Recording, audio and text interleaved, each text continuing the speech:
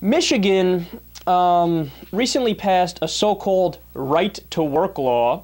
In reality, from now on, I will be calling it on this show, right-to-work for less law. Why? Because that's exactly what it does.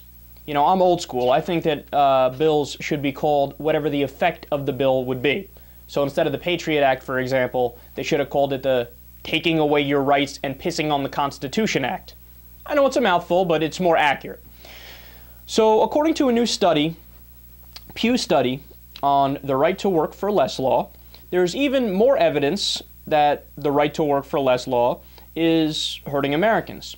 So 12 out of the 13 states that outperform the national average for economic mobility are union states.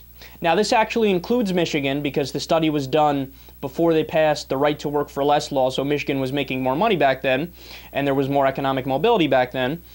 And 14 out of 15 states that underperform and do worse in terms of economic mobility are the right to work for less states.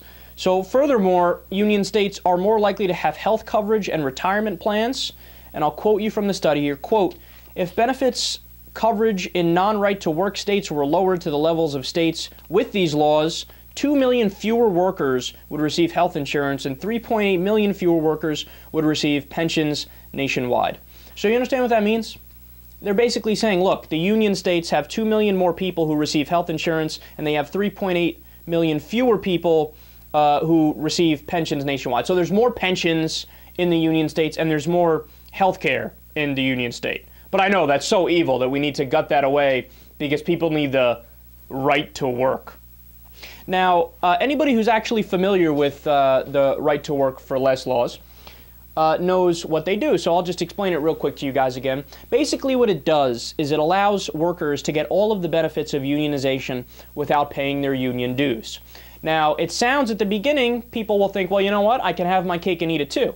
I get all the protections, so I have longer vacations, better benefits, and higher pay, but I won't have to pay into the union, so I get to keep even more money, right?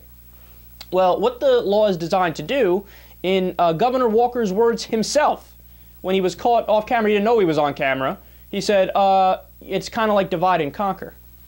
So what people will do is they'll say, hey, fuck it, I'll do it, I'll have my cake and eat it too, I'll let everybody else pay for the union. And then what ends up happening over the long run? There's not enough money to keep the union anymore at all. So then union membership evaporates, and then you want to know what the end result is? The average worker in right-to-work states makes $1,500 less annually, according to the Economic Policy Institute study on the right-to-work states. So in reality, this has nothing to do with so-called right-to-work. That's simply marketing. That's a way to try to sell their idea to get it passed. But these are bills that are lobbied for heavily by the business owners, the ones who want to afford labor as cheap as humanly possible and squeeze every last ounce of productivity out of you and not pay for it via money and benefits and vacation time, etc.